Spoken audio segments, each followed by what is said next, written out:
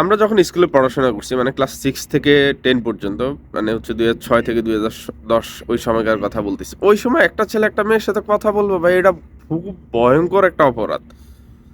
একটা ছেলে একটা মেয়ের সাথে কেমনে কথা বলে? আমাদের মানে আমরা অন্ততপক্ষে দেখি নাই যে ওই সময় আমাদের কোনো ক্লাসমেটের সাথে আমাদের মধ্যে কোনো ছেলে কথা বলছে।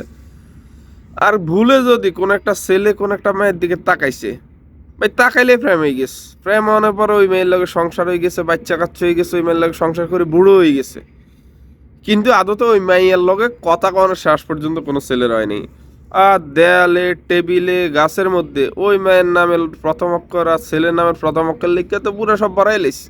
আর ক্লাসমেট কেউ যদি এটা টের পাইছে যে কোনো মাইয়ার দিকে কোনো একটা ছেলে তাকাইছে, আল্লাহর 12 মাস, আল্লাহর 12 মাস কি তা মনে করেন স্কুল শেষ করছি 2011 সালে। ওই সময় আমি কোন মায়ের দিকে তাকাইছি এই কথাকে এমন আমার ক্লাসমেটটা আমার খেপায়। ঠিক আছে? তো আমাদের সময় ভাই এটা খুবই কমন একটা ব্যাপার ছিল। দেয়ালের মধ্যে লেখা, টেবিলের উপর লেখা, এই প্লাস ও এরকম আরকি।